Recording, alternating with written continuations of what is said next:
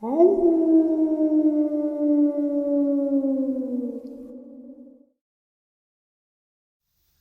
greetings and salutations, everyone. I hope everyone is still doing well, and we are getting closer and closer to Saturday Nightmares, live from upstate New York, 12 a.m. Eastern Standard Time. I do hope to see you all there. Before we get into tonight's second half, though, a couple quick links. As many of you know, I rely on Patreon, PayPal, channel membership, and the merch to help the channel to continue to grow and go. Links to Patreon, PayPal, and channel membership is in the description below. Merch displayed directly under the video. Also, Dogman Frightening Encounters, Volume 1 through 3, the audiobook versions. They were written and researched by Tom Lyons, narrated and produced by me, Jeff Nadolny. Those audiobooks are available on Audible, Amazon, and iTunes, links to which are also in the description as well. And finally, last but definitely not least, if you'd really like to help support the channel to continue to grow and go, simply subscribe. It doesn't cost a cent. Click that like button, takes half a second. If you don't want to miss out on any of the informative uploads that I put out daily, click the bell icon, and folks, please leave a comment and share the video. Why? Well, because all of these things really do help the channel to continue to grow and go. They definitely do matter, and they are appreciated. And with that, I have taken far too much of your time. Let's jump in to today's second half, shall we? Today's first encounter. So I was speaking to a subscriber earlier, and they have a job where they feel they could be recognized easily. He wanted to share an encounter with me that he had heard through a friend's father. I invited him to come on, but instead he decided to share it with me. But also he had a brief, mild encounter. He and his friend were walking through some deep wilderness down by a creek, some really thick mountain laurel, no other fauna were growing. It was not a place where deer or other animals would be. They were having a hard time traversing through this area, and as they were walking, they both stumbled across this huge clump of dark brown, blackish with silvery sheen to it, a clump of hair, which they both couldn't recognize. He's very familiar with bear and other animals that call the state of Georgia home. But yeah, he shared that with me before this next encounter that his friend's father's friend had, which is pretty interesting and terrifying. So needless to say, this story starts off probably, I'd say 20, 30 years ago. This guy's friend, dad, had a friend, and they were really close, hunting buddies, families knew each other. So apparently this guy goes out, tells his wife, hey, I'm going out to my hunting spot. I'll be home at this time.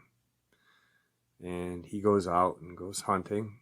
The wife doesn't hear anything from him all night. The next morning, she goes over to her husband's friend's house, who went out to find him.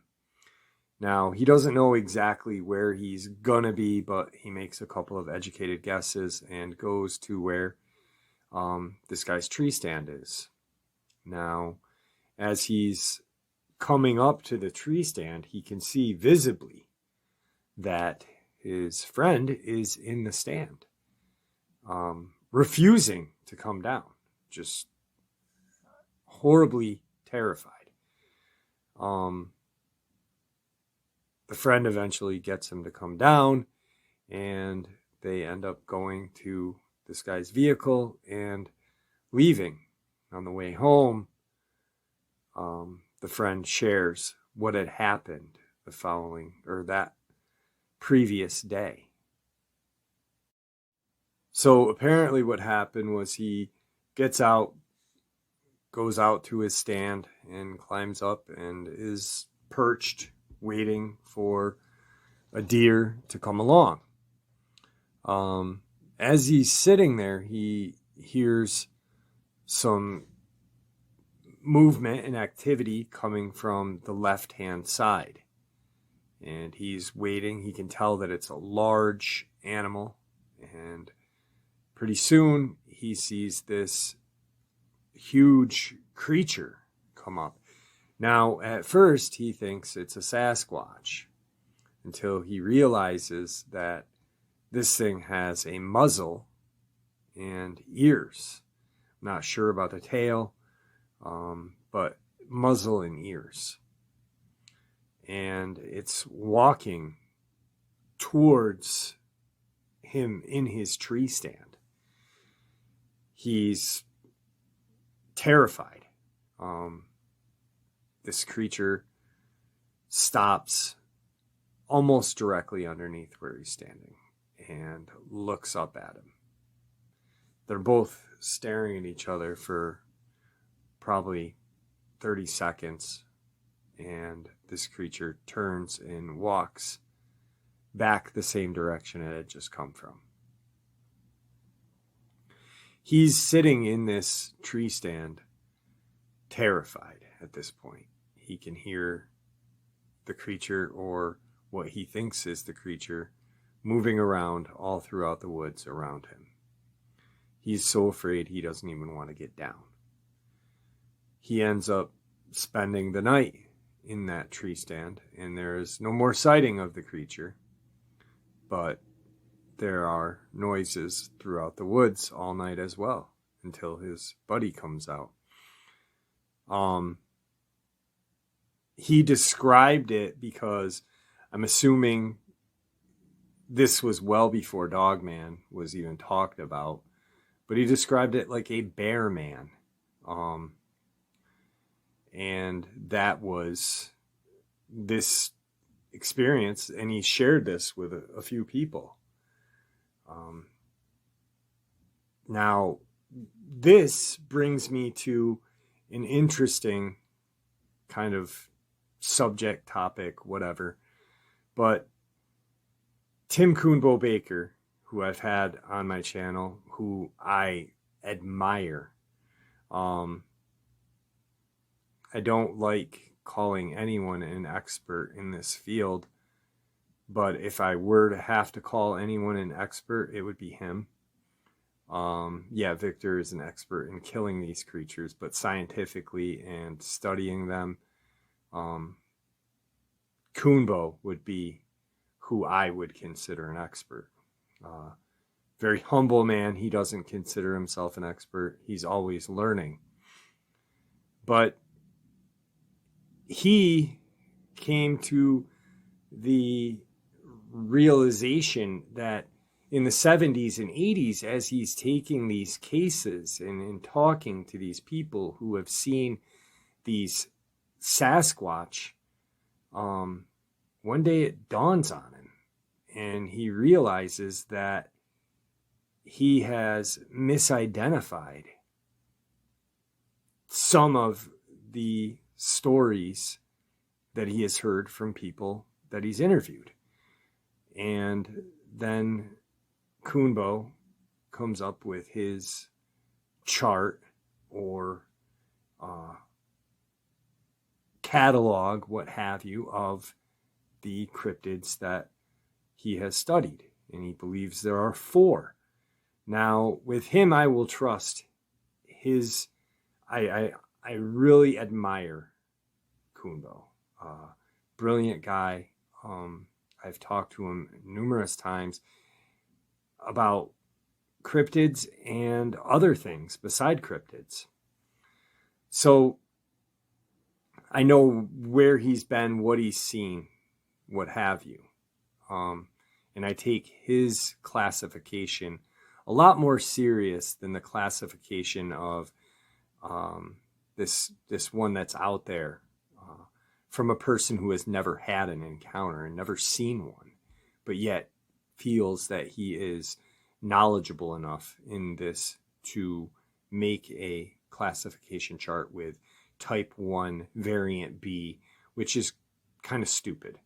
But Kuhnbo's is 4, and it's very simple. There's the East Coast Sasquatch,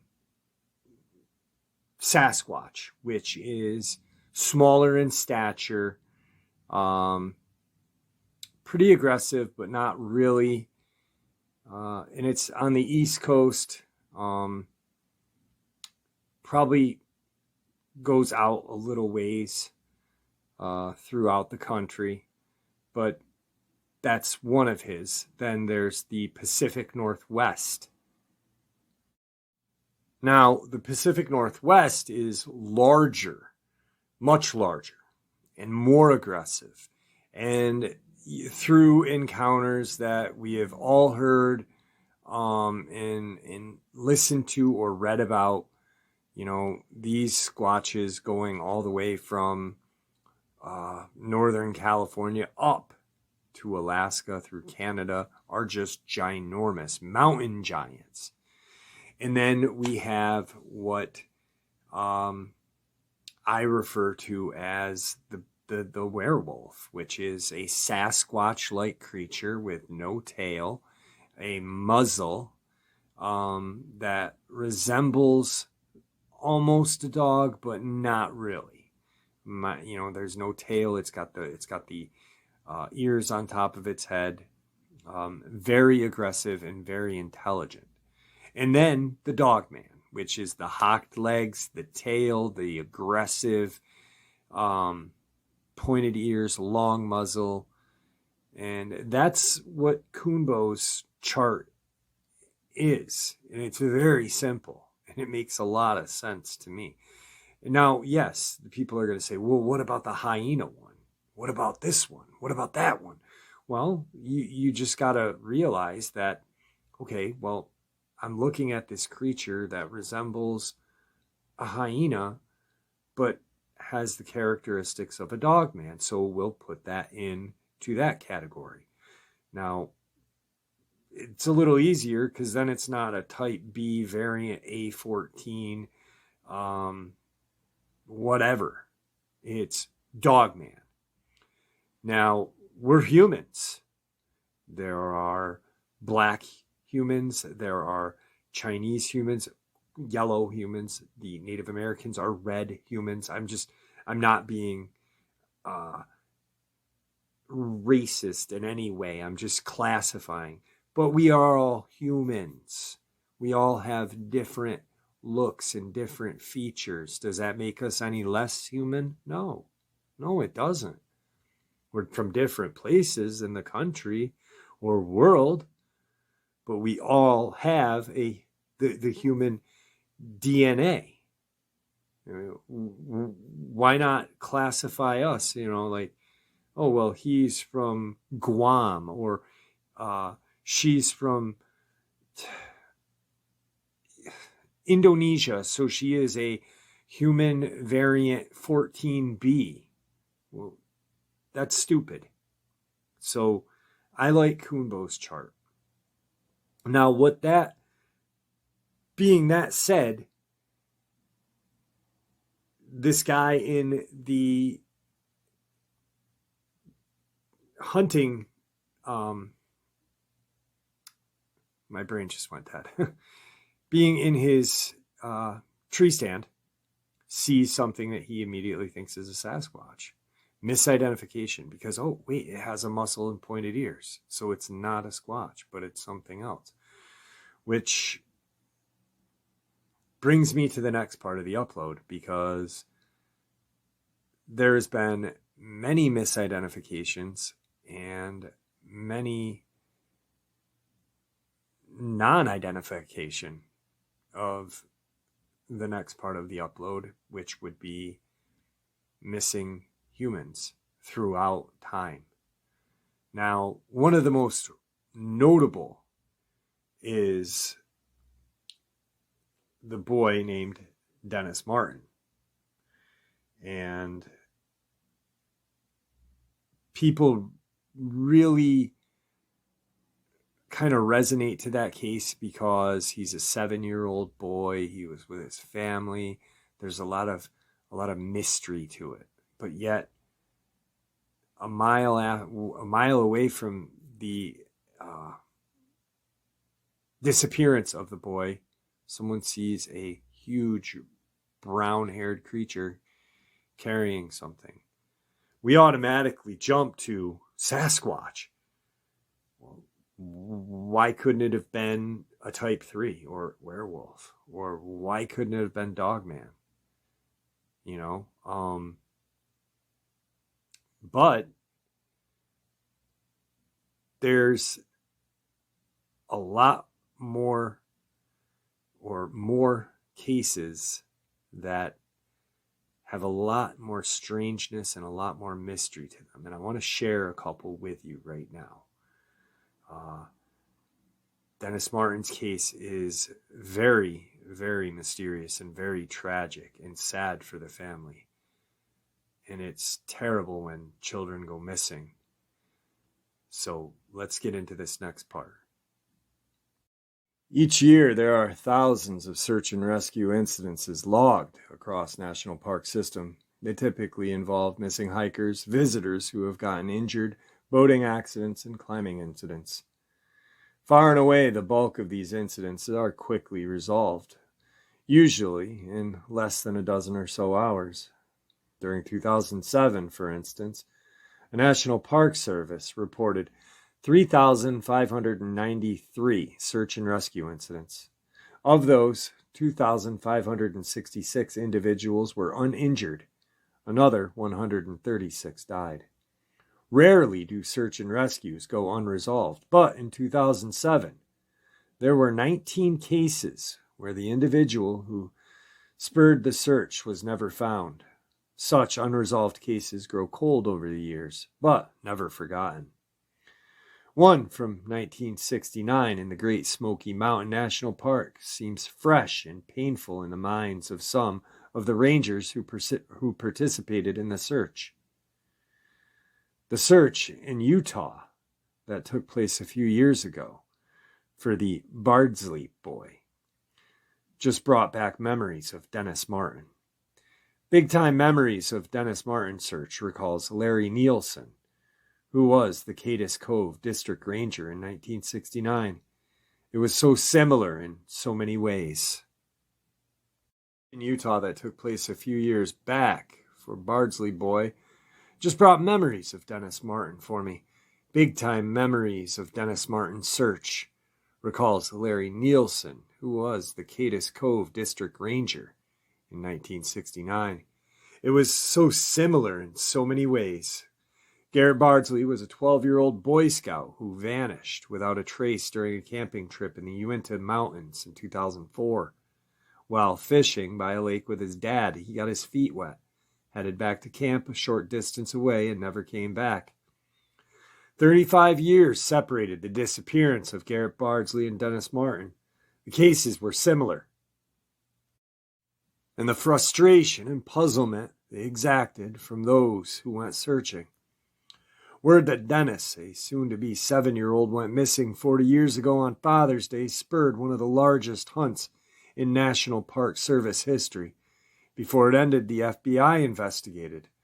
More than 1,400 searchers combed the Great Smokies' rugged backcountry, and an estimated 70,000 linear miles were said to have been walked. 1,100 helicopter sorts were flown. Noted psychic Gene Dixon suggested that the boy may be found. The White House monitored the search, and active Army and National Guard troops were on summer maneuvers, joined the hunt. For 2 weeks they searched. The Martin family from Tennessee was celebrating the Father's Day weekend as it traditionally had by heading into the Smokies June 13th, the Friday before Father's Day.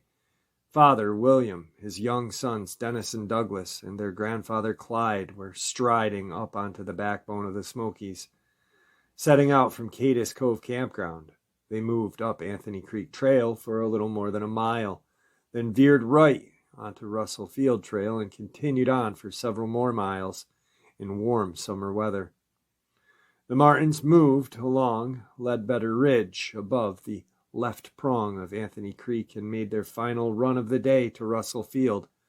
A grassy break in the forest, this clearing offered room for the youngsters to burn off whatever energy they still carried. For the adults, the bald offered panoramic views across the Smokies and time to relax, visit, and watch their offspring grow in the mountains. There the Martins spent the night, rising on June 14th for the final 90-minute or so push east to Spencefield and its simple three-sided shelter where more relatives were waiting. While the Martins long had traced this route to Spencefield for Dennis, whose 7th birthday was a week away, the 1969 hike and campout with his grandfather, father, and 9-year-old brother was his first overnighter, a passage that would sharply define the separation between him and his younger siblings and mark his acceptance into the mountains. Arriving at Spencefield, the Martins found the clearing that trends northeast to southwest, one that basks under sunny skies, but which also offers a little shelter from the pounding thunderstorms, which are common in the Smokies come summer. From there, the Anthony Creek drainage funnels any rain that falls on the north side of the Bald quickly down into Tennessee, while the Eagle Creek drainage does the same on the south side, flowing in the crooked and rocky leaps and bounds onto North Carolina, where it dumps its fill into the Fontana Reservoir. The Smokies are rippled with drainage, eroded by creeks that bound over ledges and dart through boulder-choked stretches before coming to a rest momentarily in pools. The mountains, Flask in many places, feature cliffs both steep and cut with crevices. Between these mountains and their shadows are the occasional wildcats that pass through the area and the resident black bear that can easily and actually do reach 500 pounds by feasting on fish vegetation that's so abundant in the Smokies. Into this realm of bears, panthers, feral hog, rattlesnakes wandered Dennis. The slight 4-foot-tall youngster and his older brother had been playing with 2 other boys on the forest clearing, while the adults relaxed on the west side of the Bald within view of the youngsters. The whispering boys conspired around some clumps of serviceberry bushes to split up, circle the knob around the cloaking woods, and surprise the adults from behind. Douglas and the other 2 boys went south and then west. Dennis went northwest along the Appalachian Trail and disappeared into the forest. We knew what they were doing, 32-year-old William Martin would later say. We also knew that when they sent Dennis another way because they thought the red T-shirt he was wearing would spoil their scheme. 3 minutes later, perhaps no more than 5 passed without anyone spotting or hearing Dennis. At that point, his father began calling out for him. He then followed the Appalachian Trail west for about a mile before doubling back, thinking Dennis surely had rejoined the others at Spencefield.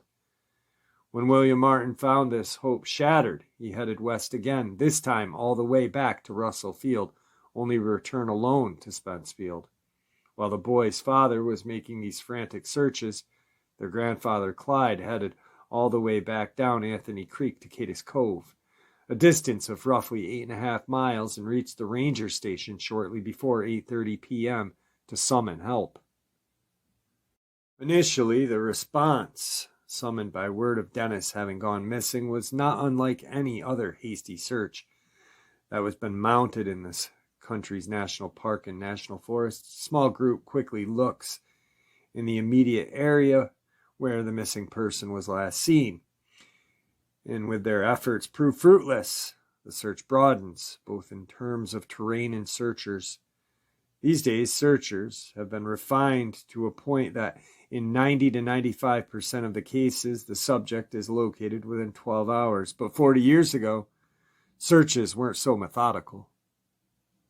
The hunt for Dennis Martin turned into the largest to date search and rescue mission in the Park Service history. Spence Field would turn into a literal military base with landing zones cut from the surrounding forest. Park Service staff quickly became overwhelmed by the turnout of volunteers and struggled to manage them. Complicating the search for Dennis was rain. More than 2.5 inches of rain and possibly 3 inches in and around Spence Field fell throughout the night. The aftermath not only challenged searchers the following morning, but it would confound them by the ensuing days. That Dennis Martin became lost was not that unusual. Thousands of national park visitors find themselves lost or injured and need rescuing by rangers every year. More often than not, those searchers have conducted in the mountainous setting above 5,000 feet. Some settings, such as the Great Smoky Mountain National Park, feature dense, confusing, and cloaking thickets of vegetation that can trap you if you stray from the established trail. Other landscapes can lead you astray with maze-like canyons or trails that lead through fins of rock and scurry across featureless, slick rock. Some who go lost become confused and disoriented by hypothermia, heat exhaustion, altitude sickness, and some are trapped by water. Where had Dennis Martin wandered off, and how come other hikers in the area did not see him?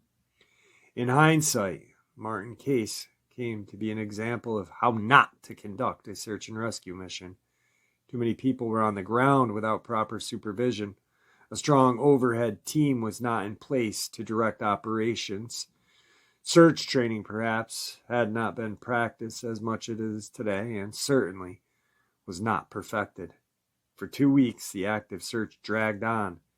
At one point, 71 Green Beret were engaged, living in the mountains, eating rattlesnake they came upon in their fruitless search for Dennis. The park spokesman at one point, no doubt, in the moment, he had later wished he could erase, practically promising that the boy would be found.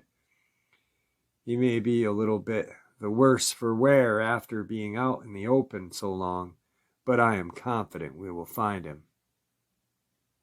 Officials finally had to admit it was fruitless to continue the hunt after crews intensively covered nearly 60 square miles of the park's backcountry. The boy's family, refusing to believe he died in the mountains, offered $5,000 reward for information leading to his whereabouts. It went unclaimed. Ask Larry Nielsen today where he thinks Dennis Martin is, and he will answer this quick and short. I think he's up there, he replies, referring to the thicket-tangled spine of the Appalachians.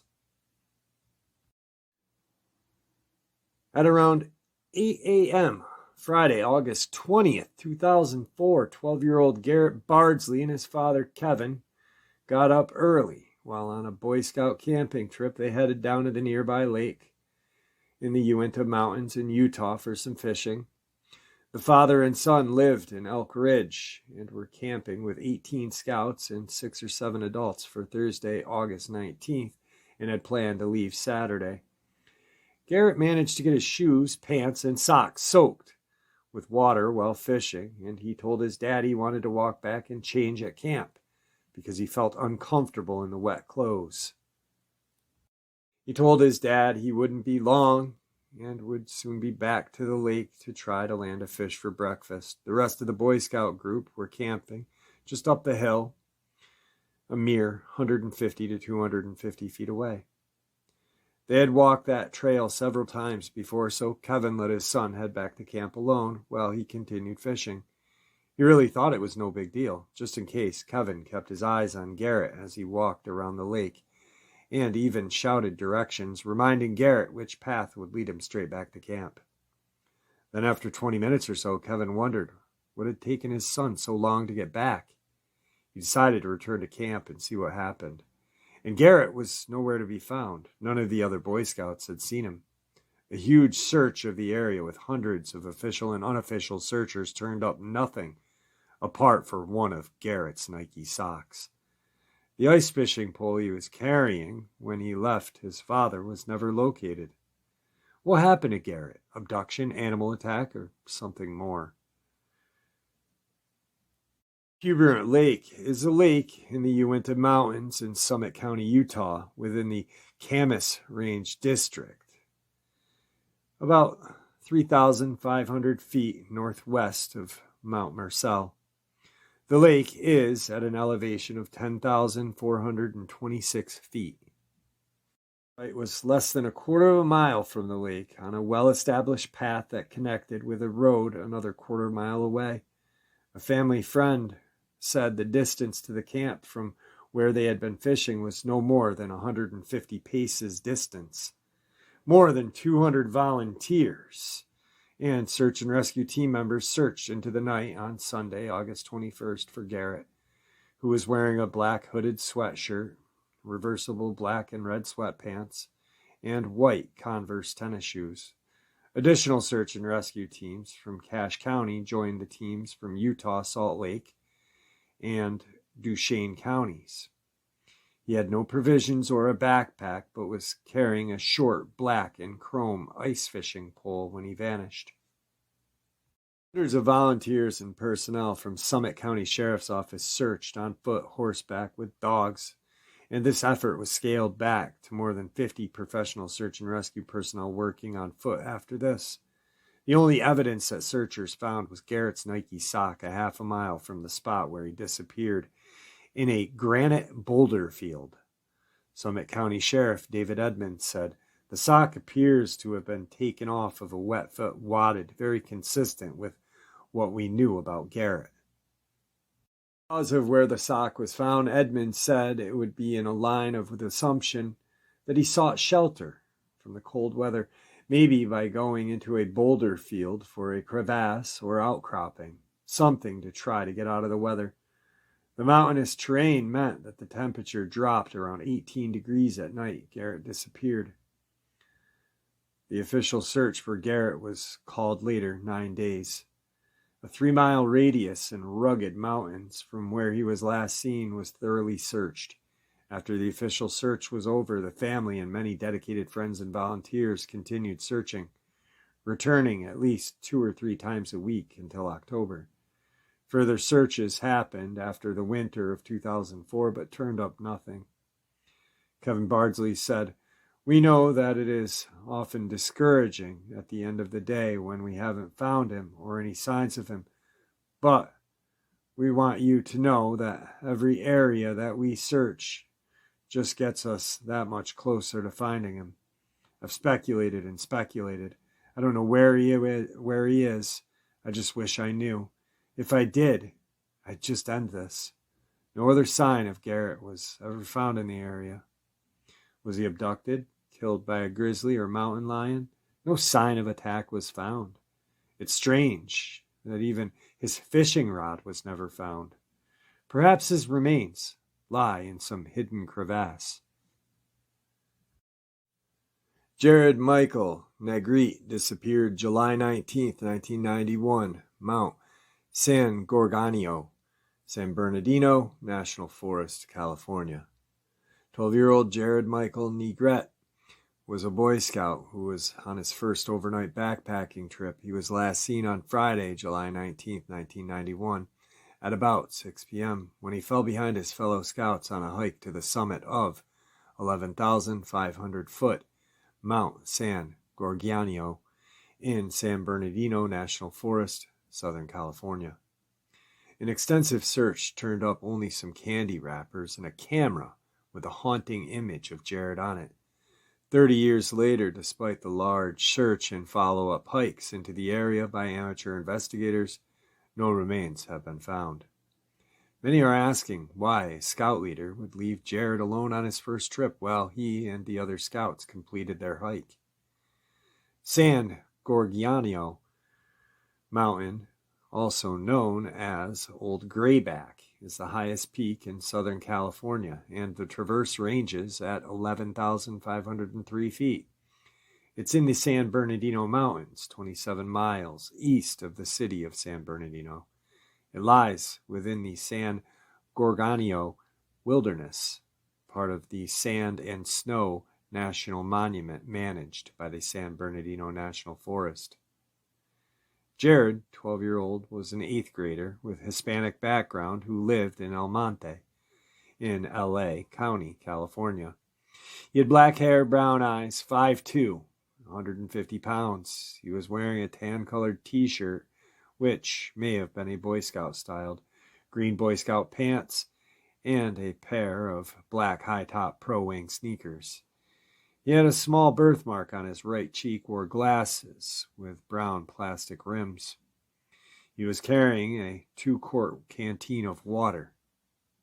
July 19th, 1991, Jared was on a trip with his scout troop to an area close to the summit.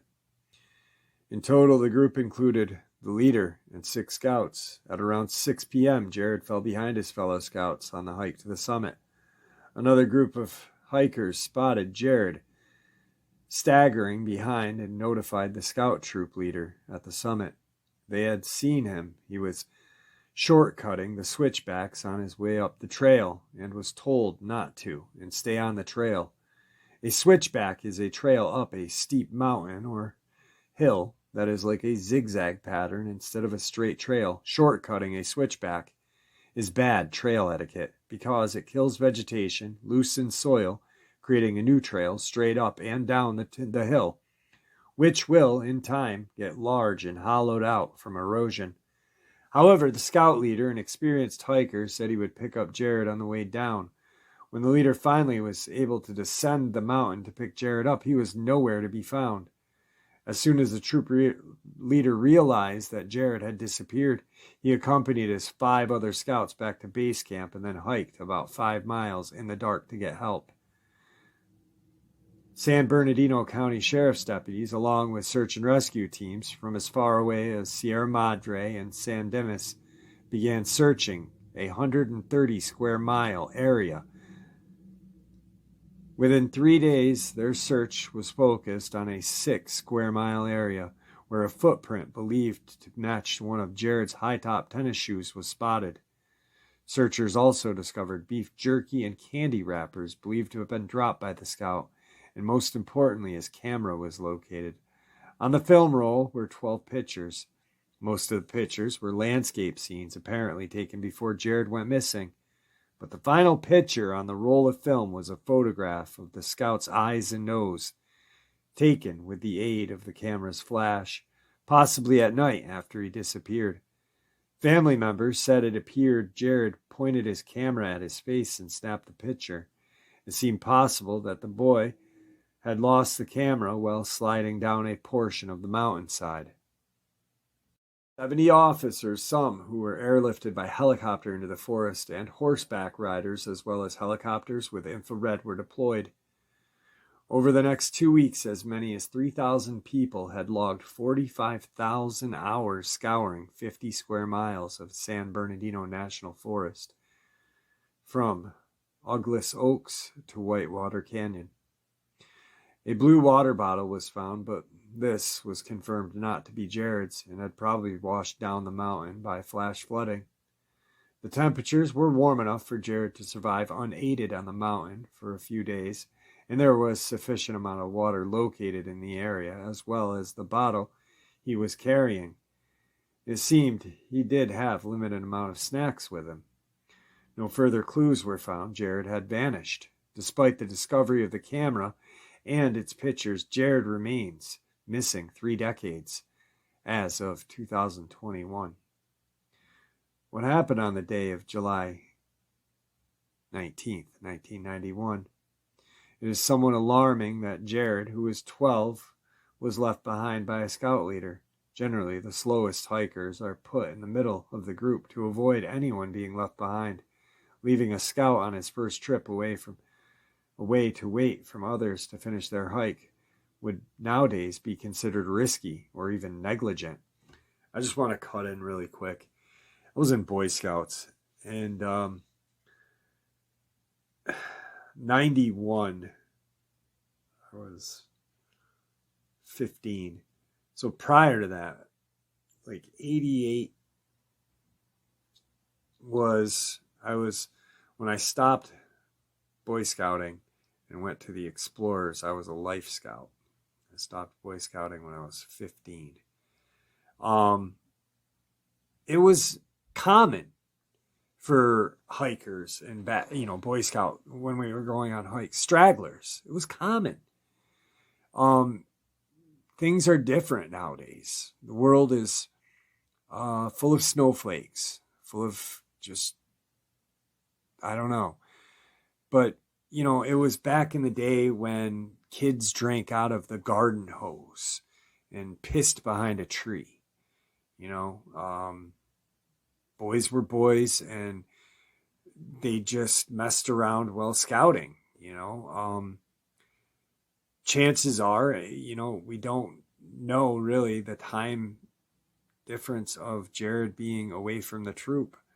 But obviously, how worried were these hikers that stumbled upon him? Why not take him up the summit if you were that worried? And how far could he have fallen behind? For God's sakes, we used to have a heavier set kid. And we would go on these hikes in the Adirondacks. We would hike these old fire trails and come up to, these old fire towers and stuff like that. Just, deep in the Adirondacks. So deep that there was nothing around for a good 50, 60 miles. 100 if you want to really get into that. But it was not that uncommon. And this kid who was, a little slower than us, he would always catch up. Why? Because he kept going. It's obvious that he was going. Jared was seen zigzagging, trying to make it up there. So during this, something took him out, took him off that friggin' mountain and brought him somewhere. Anyway, back to this. I'm sorry.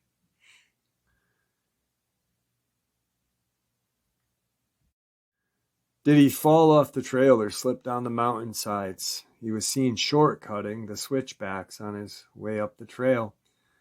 But after an extensive search, why wasn't anything found? Probably got tired, waited for the other scouts to return, so he decided maybe to walk down the mountain alone. It seems possible that he slipped, was severely injured, or died from his injuries if he went off the main trail, but he would have been found. Was he abducted or murdered? There is no evidence of foul play involved, but the trail on the mountain is well used, so it's possible a predator saw Jared alone and took advantage of him.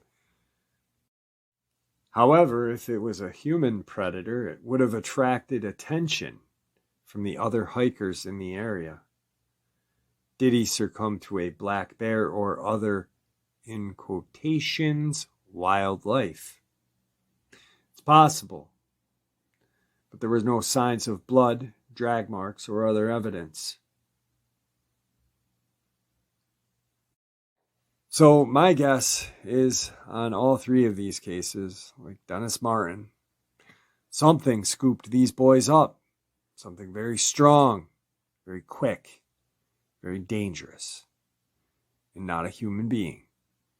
Something very large and hairy. And I'm not going to say Dogman. I'm not going to say Sasquatch. It could have been either one.